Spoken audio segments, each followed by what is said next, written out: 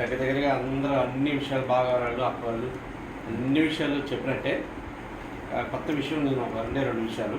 మొదటి విషయం ఏంటంటే, ఒకసారి అద్దెకి చర్చిలోకి వెళ్ళాను. చెప్తే మా రెండు అన్నయ్య ఫస్ట్ మెసేజ్ స్టార్ట్ చేసి చెప్తా ఉన్నాను. చెప్తుంటే ఇస్సాకు తన జీవితంలో నూరంతల ఫలింపు చెందాడు, విత్తనం వేసి వ్యవసాయదారుడు కానీ చెప్పడం ఆయన చెప్తున్నాడు చర్చిలో.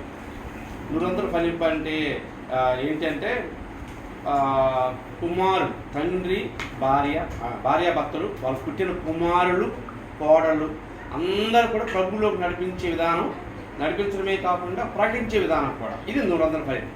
ఒక ఎకరాకు 40 బస్తాలు పండుతాయి, 40 బస్తాలు పండాలి. కానీ టాప్ ఏ ఎరువులు లేకుండా 35 బస్తాలు పండి అంటే టాప్ అన్నమాట. 40 పండవు. కానీ 40 బస్తాలు పండించినట్టు ఒక వ్యవసాయదారు ఉన్నాడు. అది ఎట్లా అంటే కుమారులు కోడలు కూడా ప్రభువులోకి నడిపింపబడి ప్రభువును ప్రకటించేది. అది 100 ఫలింపు. అంటే ఒక వ్యవసాయదారు ఉన్నాడు, ఆయన రాజురోడ్డు మోజెస్ గారని, బాపట్ల జిల్లా అని చెప్పాడు. నేను ఆశ్చర్యపోయా, అన్నయ్యకి ఎలా చేశాను. ఈ అన్నయ్యకి ఎప్పుడు నేను ఈ బుక్ ఇచ్చానంట.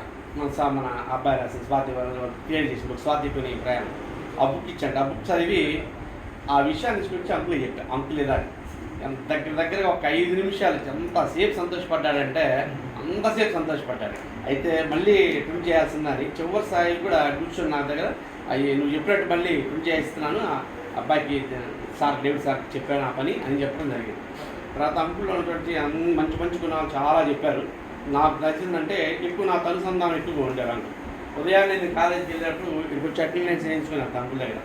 కరెక్ట్గా వచ్చేటప్పటికి పాలు పోసి ఆయన వస్తాడు, పాత్ర పెట్టుకుని ఉంటాడు పాలు పోసి ఆయన కోసం. అప్పుడే బైబిల్ చేస్తాడు, క్యాలెండర్ డైలీ క్యాలెండర్స్ ముందు పెట్టుకొని క్యాలెండర్లో ఏదైతే వాక్యం ఉందో అదే వాక్యం బైబిల్ అండర్లైన్ చేసుకుని చదివాడు. అంకుల్ చాలా మంచి పద్ధతి. అంటే మీ నాన్న ఒకసారి నాకు ఒక మాట చెప్పాడు. నాన్నగారికి 75 సంవత్సరాలు కళ్ళు పోయింది, కంప్లీట్ కనపడతాయి. కానీ ఆయన అనర్ఘంగా బైబిల్ రెఫరెన్స్ అన్నీ చెప్తాడు.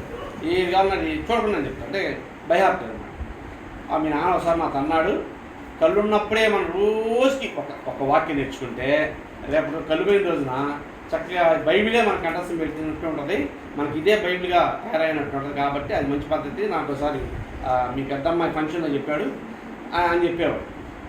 అంకుల్కి అది చెప్పకుండానే మంచి అది అలవాటు ఉంది. కానీ డైలీ ఒక వాక్యము, ఆ క్యాలెండర్ దినవాక్యము చూసి నేర్చుకున్నాను. మరి 1 పేతురు 2:21లో ఆయన మాదిరి ఇచ్చిపోయాను అనే డైలాగ్ అవుతుంది. మాదిరి ఇచ్చిపోయాను, తన అడుగు జాడనందు నడుచుకున్నట్లు మాదిరి ఇచ్చిపోయినాను. కాకపోతే ఆ ఇచ్చిపోయిన బదులు మాదిరి చూపిపోయాను అనే మాదిరిగా అంకుల్ మనకు మాదిరి చూపిపోయారు. ఆ మంచి అలవాట్లన్నీ మనం అది అటు మాదిరిగా నేర్చుకొని ఆ మంచి అలవాట్లన్నీ కూడా అంకుల్ మనం ఫాలో అయితే మంచిదని నా అభిప్రాయం. Thank you.